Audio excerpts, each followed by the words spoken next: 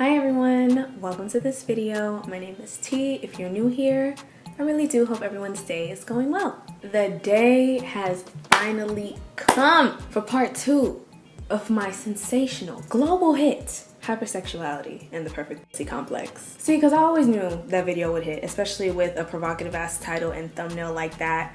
I am so happy with the way it was received. I'm also a little bit wary, but you know, that's coming later. So to recap, the video was titled PPC, as we'll call it today, because in many ways, I feel like the expectations of female sexuality, especially those set forth by men in hip hop, are so warped in fantastical imagination that the P is no longer an actual body part that belongs to an actual human being. It is a device employed to make the fallacy a reality. Hypersexual women in rap have co-opted those same values as identified in how they dress, how they speak, the sexual motives they rap about. And even though they are celebrated as emblems of liberation, they too parade an idea of P-word perfectionism that is exclusionary and fully impossible to meet, even for themselves. In today's video, I want to talk about those same values, but not on a popular or a sensational level, but in real life. In doing so, I want to ponder questions like, do you hate your poussoir? I mean, aside from erotic appeal and productivity, in what ways are we really encouraged to view this body part as important? Question number 2, did your mother raise a hoe?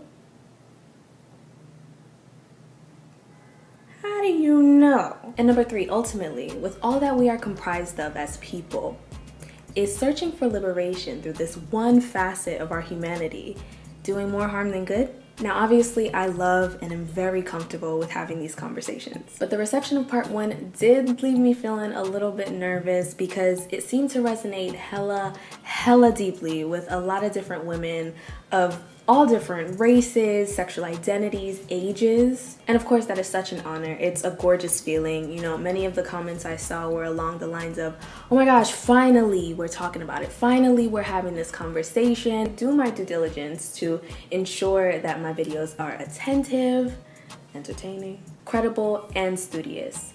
But it will always be your job as a viewer to ensure that my videos are not the end-all be-all. As I'm sure you'll notice, a lot of what we'll discuss today does not lead to a finite destination. One of the major themes in one of today's suggested readings, which is Tomorrow Sex Will Be Good Again, Women and Desire in the Age of Consent by Katherine, is when it comes to women's sexuality, as much as you think you understand it, there will always be room for a however, comma, a with the exception of, a what happens if. And that is in part because as important as it is to insert research and academia into these discussions, it is just as, if not more important, to insert context and personalization. On top of that, as compared to other areas of human study, female sexuality is on some dinosaur shit. Like, where we should be in terms of our collective understanding and the resources that should be available to help us get there, versus where we actually are and what we actually got, is embarrassing. So just remember that we're doing the best we can, and this video and the comment section is not a contest to see who can have the hottest takes or who could be the smartest in the room. The goal will always be to ignite more curiosity, invite more conversation that will hopefully be conducive to our understanding. Chapter 1, Pumping the Brakes on the Liberation Race.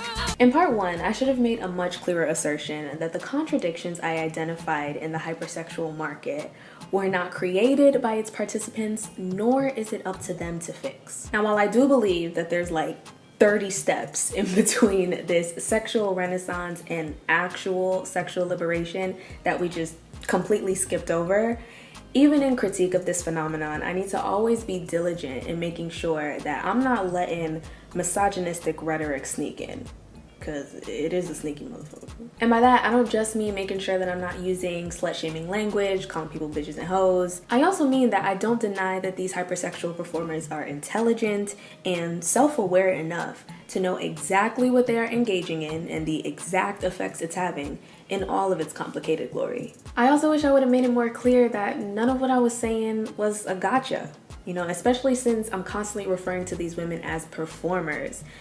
I acknowledge that they are seeking to entertain, and this is what entertains us. It just so happens that the reasons why we deem it as entertaining and empowering still leads us back to fulfilling the same values that were intended to hurt us. Saying that makes me think about a conversation that happened in Issa Rae's newest hit show, Rap Shit. I'm telling you, she a hit maker.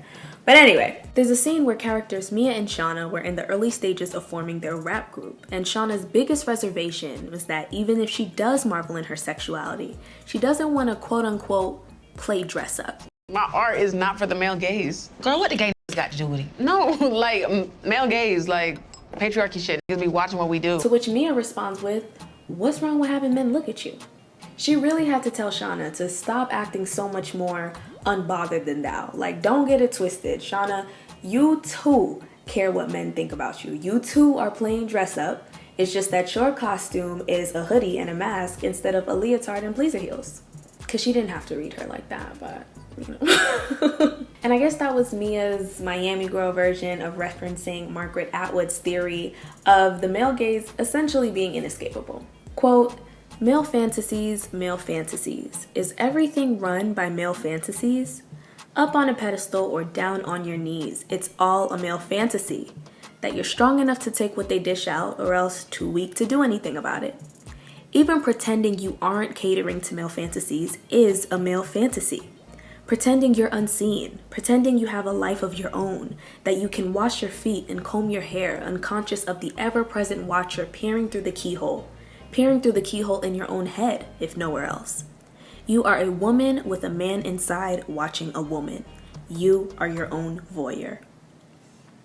End quote. So yes, when we become our own voyeurs, aka our own appeased, maybe even aroused onlookers, when we indulge in or repulse our sexuality, male fantasies can be born out of that, either way. But to bring back Mia's point, that should not be enough to deny how fucking fun it is. It's fun. Why I gotta pretend like when Cardi B says, "This goes for all my nasty hoes," I'm not like,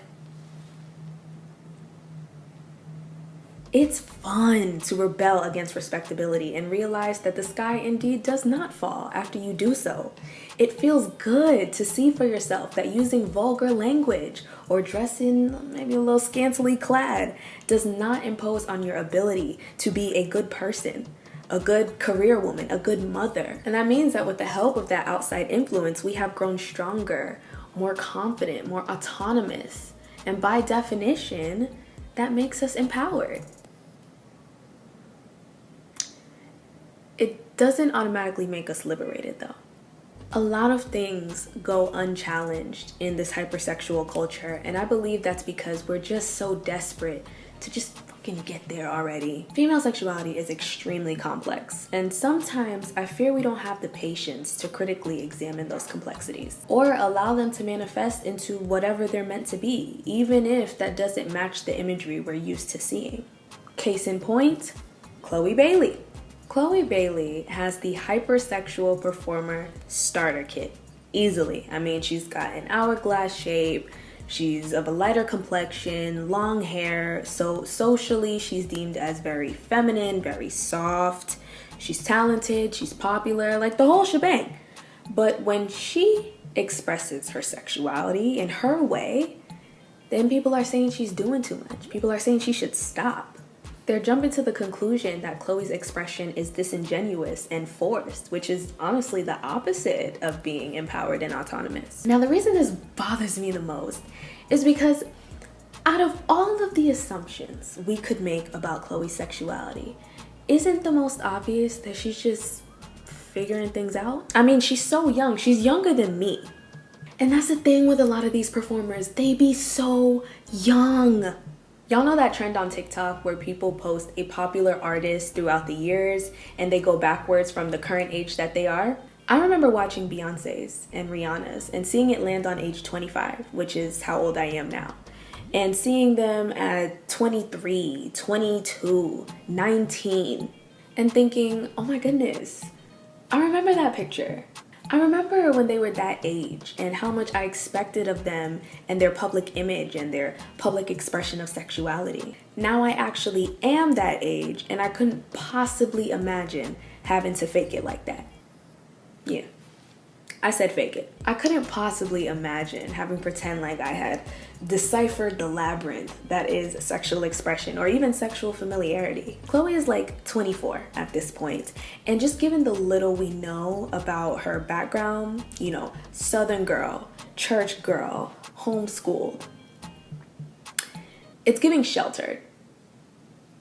It's giving innocent. I mean, shoot, even if it's only innocent on Sunday, because you know, church girls acting loose, bad girls acting snotty. Yeah, Beyonce told me about y'all. But what I'm getting at is this is all adding up. Like, we've seen all of this before. So why is it that big of a deal that Chloe's expression is seemingly a little, and I mean a little bit clunky, like a little bit more awkward, a little less intrinsic than we're used to seeing? Why is it that big of a deal? Why is the conclusion that she's actually oppressed now? That she's not doing any of this on her own accord, even though she said on many occasions that this is the most herself she's ever felt. We are watching Chloe gain her footing in real time. And if anything, this is just what we needed, because I don't know about y'all, but I am getting real sick and tired of young women in the industry going from little virgin sweetheart one day to boom, ferocious, erotic, sexual queen the day they turn 21. Like, it's just not realistic.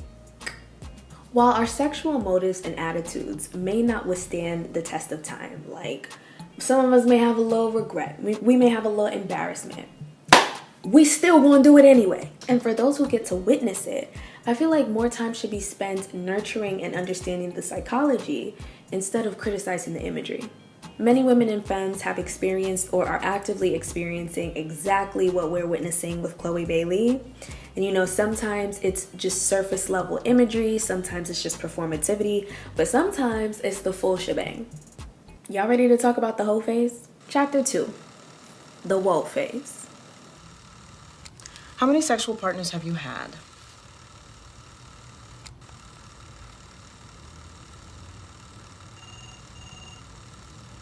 I'm counting. Similar to the P word, the H word has seen quite the journey through culture and time. The H word is the spelled pronunciation of the word whore as said with a non-rhotic accent. Now, a rhotic accent involves dropping the R in the middle of a word. So kind of like how the corn kid says cone, or many of us say cuss instead of curse. This doesn't really do much for the subject matter. It's just something I learned along the way and I want to share. So to understand the H word, you got to understand its parent word, the one that starts with a W. In short, the W word comes from the Germanic root oraz, or horaz, which means someone who desires. Old English took that root to bring us H-O-R-E, which eventually brought us to the Middle English spelling with a W, which for the most part means a prostitute. And that definition has eventually evolved to refer to a sexually promiscuous woman, whether for pay or not. But as we know, a woman can be called that for anything, for simply being disliked. No promiscuity needed. And that's currently where we are.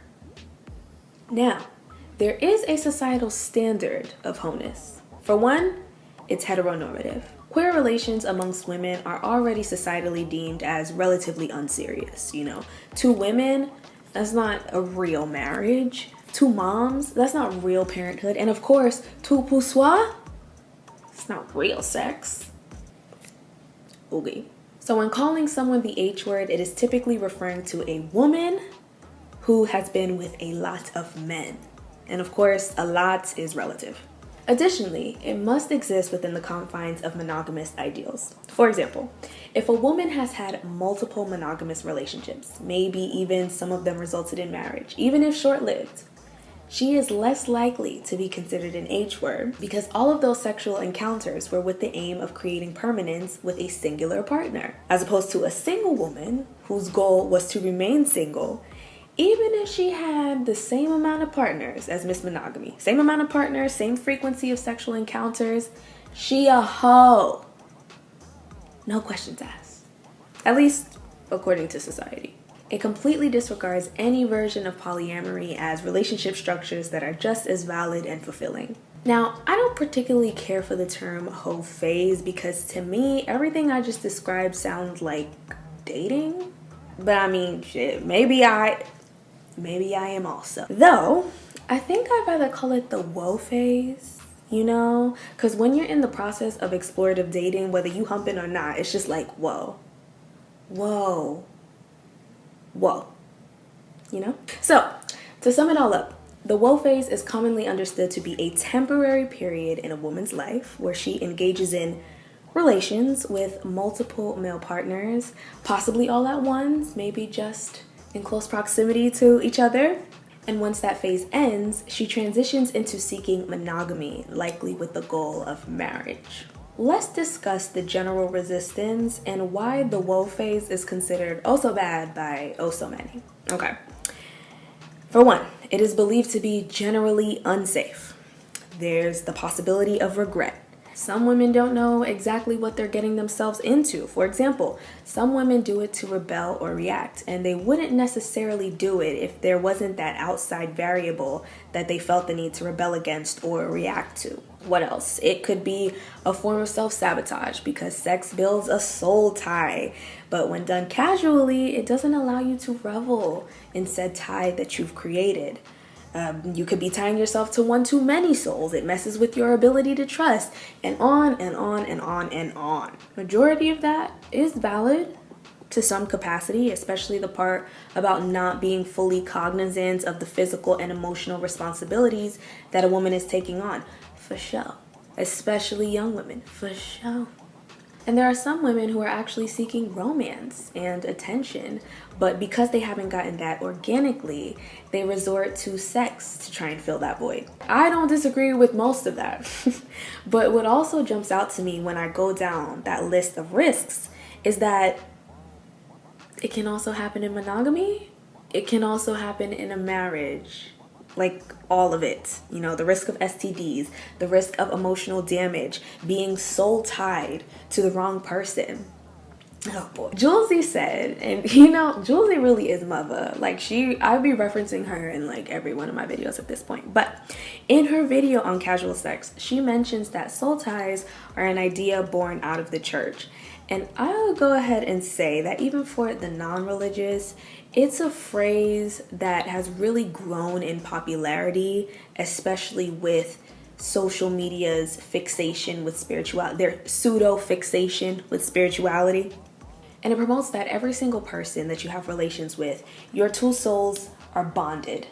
And everywhere you go, you take a piece of them with you and vice versa.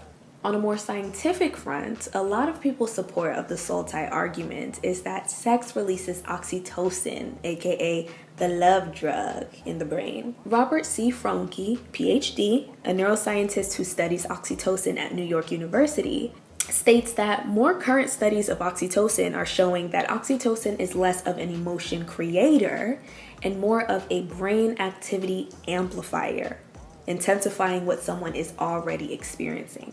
So, even non-sexual forms of bonding, such as breastfeeding, hugging, laughing, petting your dog, can trigger oxytocin. Is it suggested that we avoid all those things as well? Or restrict ourselves to only experiencing it with one or few people for sake of emotional safety? Or is it trusted that we are evolved enough to insert logic into these spaces to help mitigate risk? And even if you do choose to bond with just one person on all those levels, it still doesn't automatically make it healthy. Toxic love, struggle love, harmful love, yeah, they be high as hell on oxytocin. Now, on the flip side, for those who are pro-whoa phase, they may hold the stance that having different partners is good, arguably the best thing for you, because it allows you to explore and better identify what you like and what you don't like before you tie down forever. But at the same time, even if you do choose to engage with just one partner or very few partners over the span of your life, the level of trust and comfort that you build through commitment can make you confident enough to explore things that even the freakiest of freaks would not be brave enough to do, or to try and fail at, possibly be embarrassed at, because the trust just isn't really there with a non-serious partner. But truthfully, embarrassment, or should I say clumsiness, just obstacles in general, from what I've experienced, not much space is reserved for them in the concept of sex. Which sucks because in the early stages of my sexual journey, I found that I was way more likely to encounter obstacles and clumsiness than I was to be making these great strides in enlightenment and sexual aptitude. And you know, a hypersexualized culture and all of this hype around the woe phase, it definitely did tack on that pressure. You know, even though I knew that abstinence and purity culture, that was not for me. That was not the route that I wanted to take. I knew that I wanted to explore and I wanted to adventure over time. And that decision was made independently, okay? I didn't feel pressure on that front at all. But even though sexual exploration was the path that I chose, there were definitely times when I would think to myself like, I wonder when I'm gonna be able to relate to that one thing that one female rapper was rapping about in that one song. You know, I wonder when I'm gonna finally have this emancipatory enlightenment that some of the feminists are talking about. In many ways, I did feel myself just kind of waiting for that magic golden key. Instead of allowing myself, well, first being aware of, and then allowing myself to experience a sexuality that naturally came with obstacles and inhibitions and confusion and overall imperfection.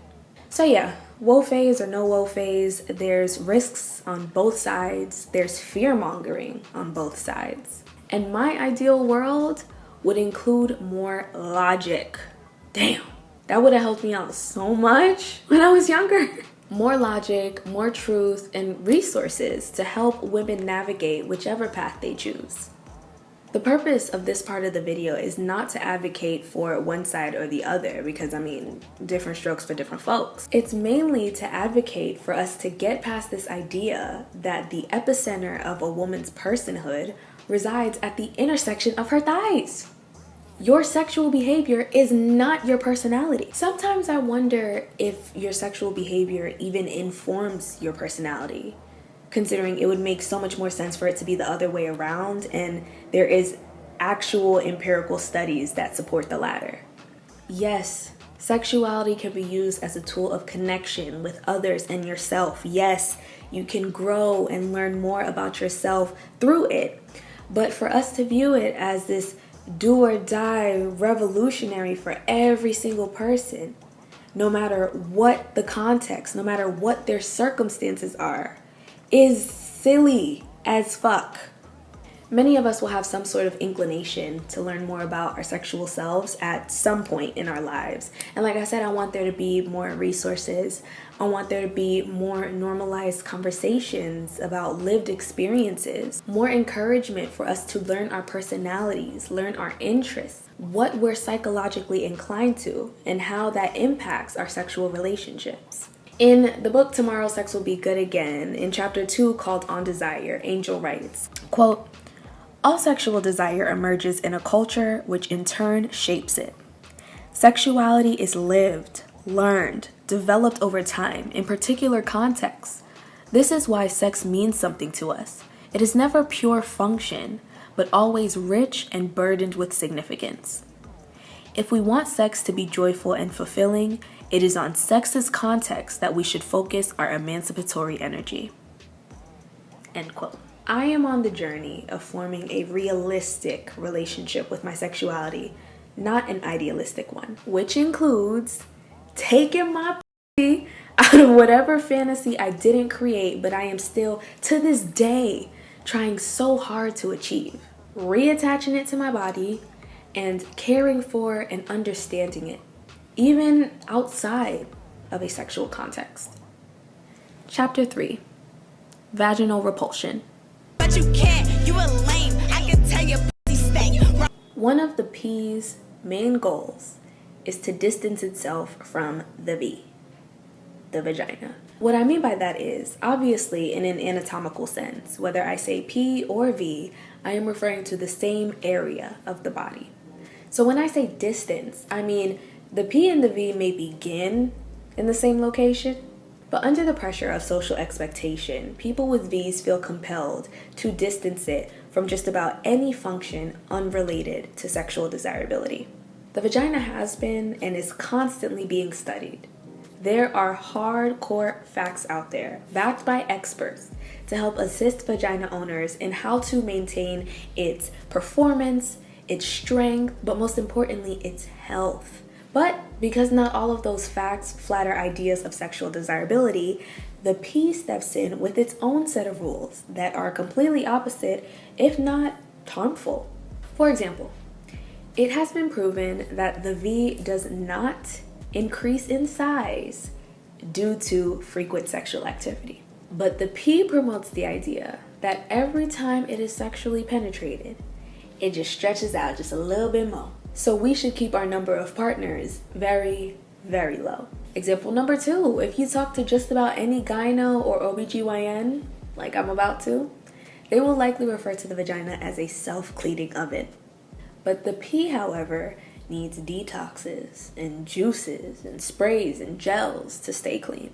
At every turn, we are encouraged to make our Vs more appealing by way of straight up hating them, by being ashamed of them, ashamed of how they look, ashamed of how they smell, and using ignorance to solve this hatred. This is more than distance with our own bodies. It's repulsion. And we gotta work to unlearn that. Great source for me has been this book, Let's Talk About Down There, because it's an easy read, it's illustrated, but most importantly, it was written by a qualified expert.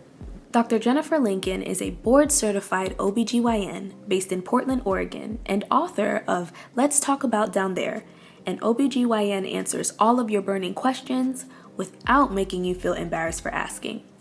She's also very popular on TikTok, where I found her, and she uses her platform in part to address a lot of the shame-based misconceptions that keep us in this ongoing pursuit. I want to talk about smell, because I think that's one of the biggest fears that people with vulvas, vaginas have about their bodies, because an accusation, a negative accusation about smell can really ruin someone's reputation depending on how it's weaponized. So what do you say to women or people with vaginas who are very anxious about how they smell? Well, I love how you said that, how it's weaponized, right? Have you ever heard a guy ever be like, I'm so sorry for how that smells, or like go to the doctor and before they get undressed or the doctor walks in be like, I didn't have time to shave today? No, but we as women assigned female at birth, those of us who have a vulva, we do, because like you said, it's been weaponized. It's the butt of every joke, right? It's how you ruin somebody. Let's say in high school, let's say you tried to, get with somebody and she rejected you. Well, all you have to do is spread a rumor, right? That she smells down there. It smells like tuna fish. She doesn't shower. Done. Like reputation done, which is just so disgusting. And it's about control. It's about control, because if we keep us feeling that we have to be in this perpetual state of smelling like roses and orchids, then it's a way of keeping us down. It's a way of making us feel that at the basis, we are dirty. The topic of smell has always really pissed me off, because it is really treated like the boogeyman.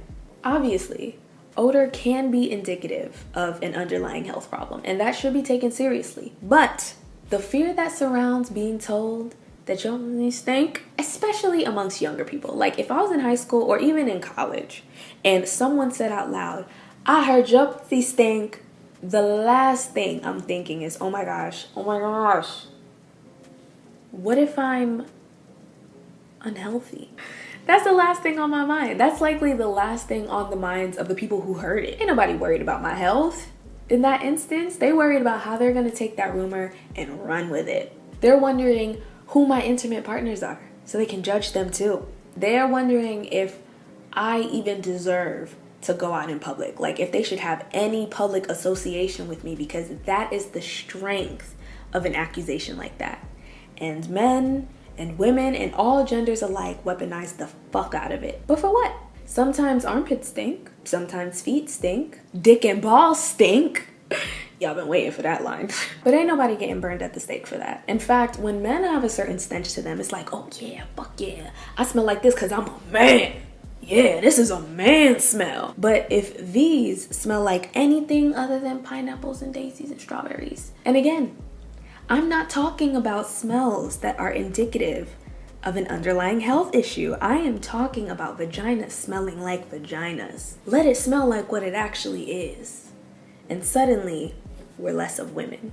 There is still this widespread belief that V's are inherently dirty and disgusting, and we must use everything in our power and our wallets to ensure that we ain't never caught slipping. When somebody pointed this out to me, they said, look at the name of that aisle. It's the feminine hygiene aisle. So at its core, it's saying that you're not hygienic and you need this hygiene in order to be feminine and be worthy. Now, there's no male hygiene aisle.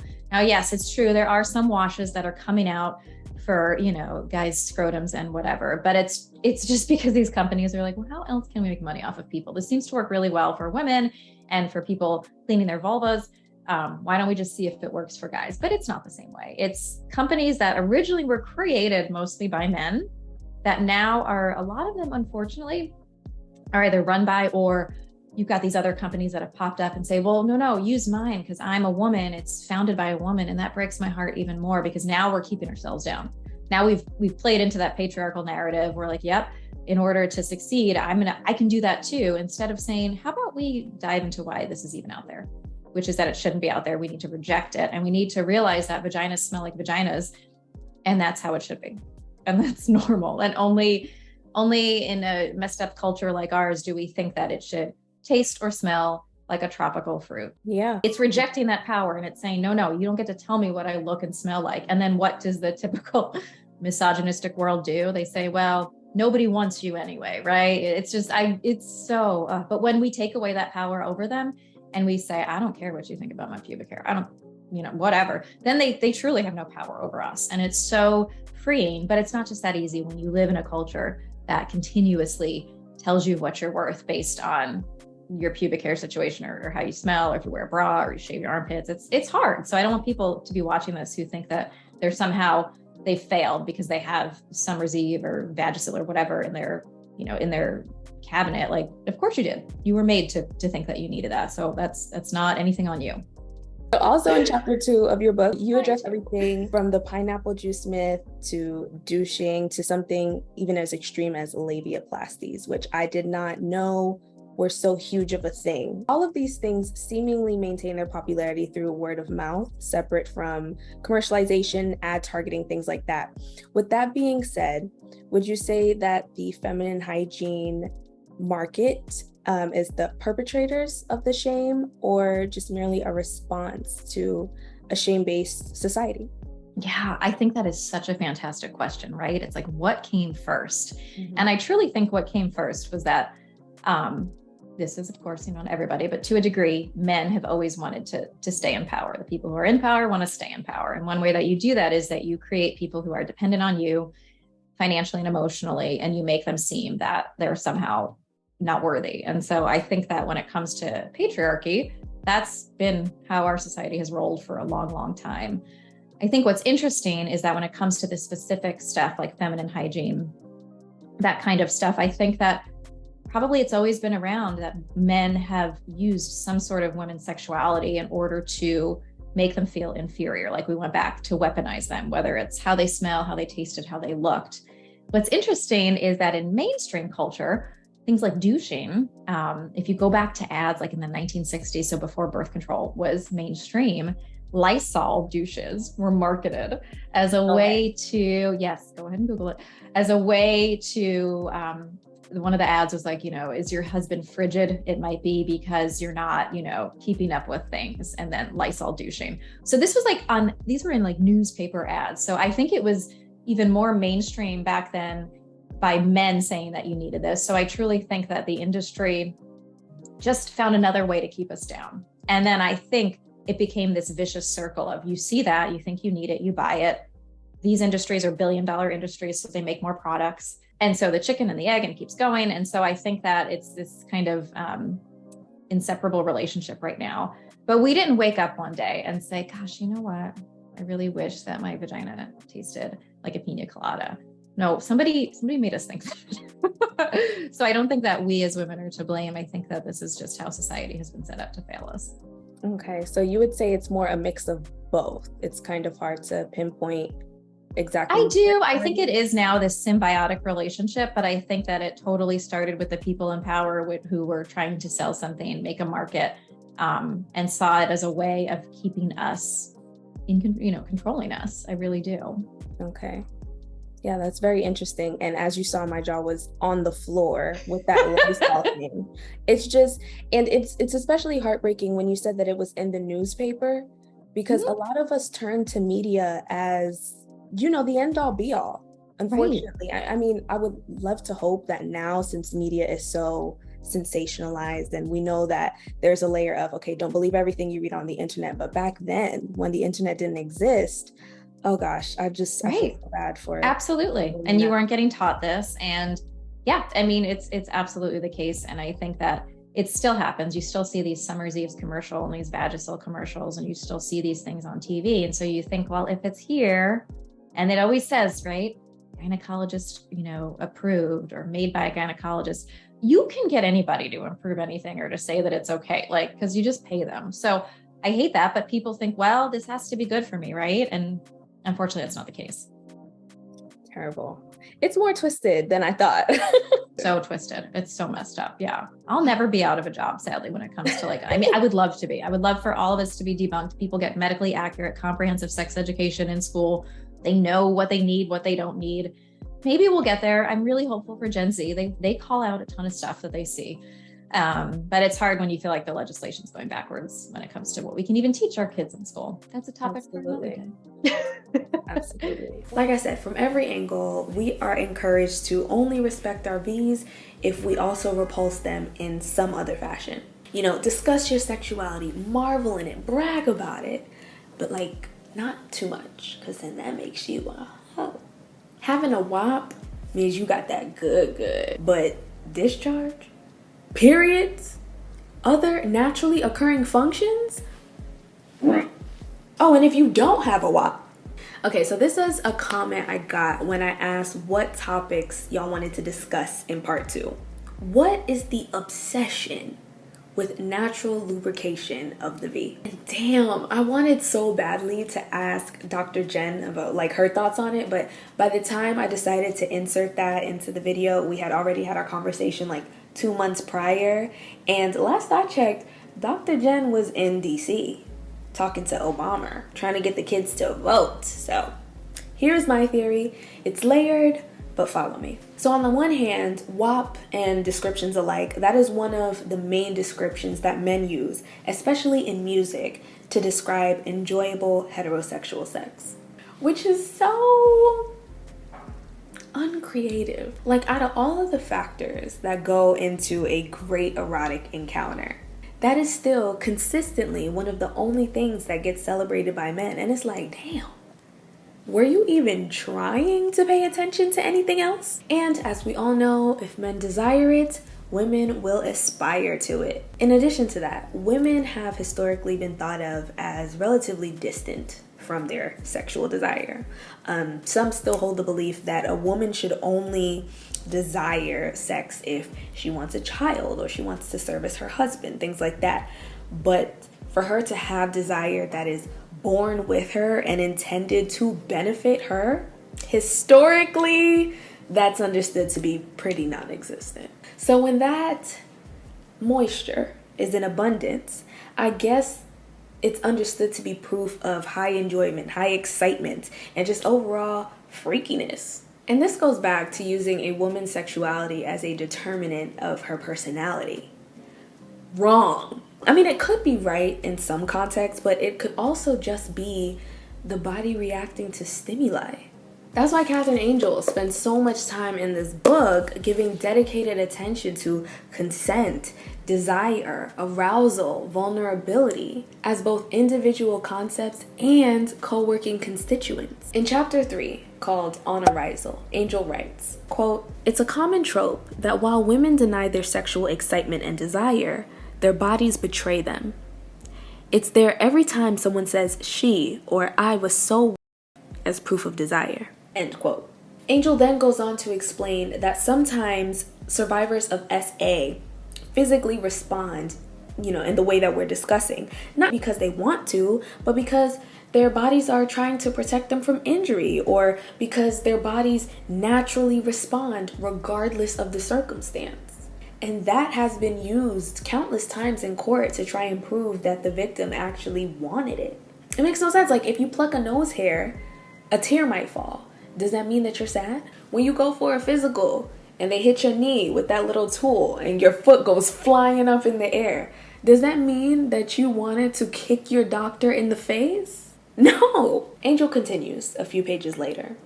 Quote, "Why do we take genital arousal as a stand-in for pleasure and desire? In part because arousal, lubrication, is important in order for sex to be subjectively pleasurable at all. Because genital arousal is conducive to pleasure and helps reduce discomfort, we have tended to treat it as the very same thing as the subjective sense of pleasure." End quote. So what happens when this physical response doesn't happen or is not in enough abundance to communicate arousal?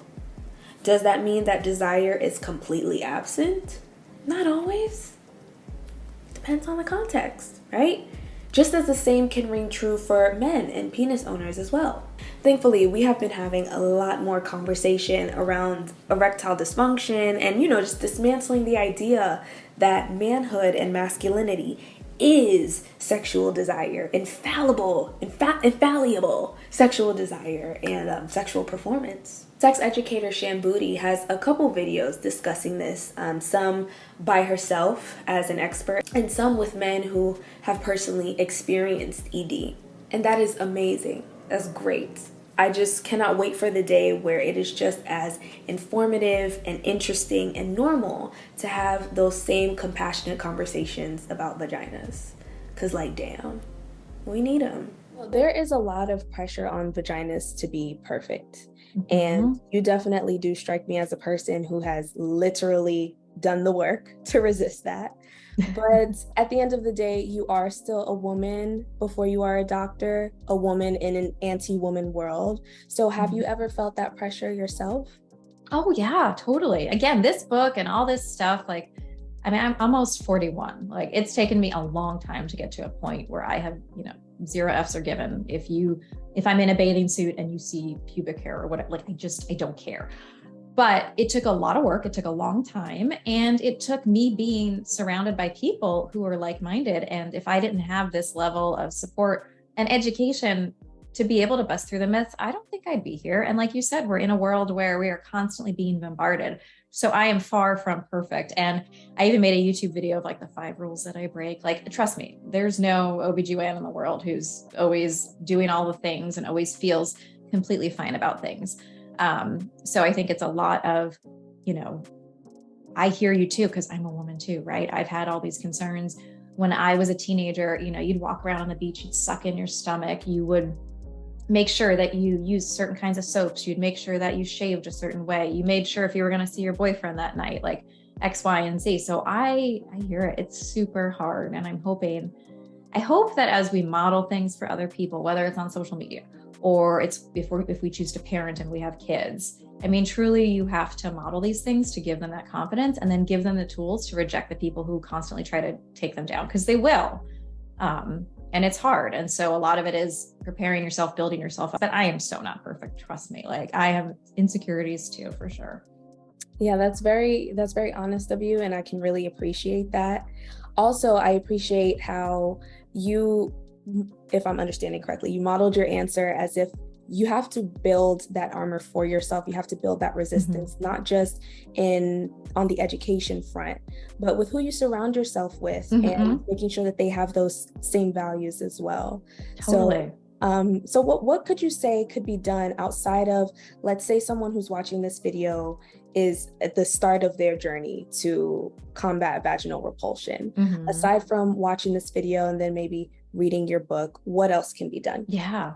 I think the number one thing you can do, because we spend over 2 hours a day in front of our phones, and that's me too. Statistically, I think it's 147 minutes a day. That's 147 minutes of your time that you're giving away.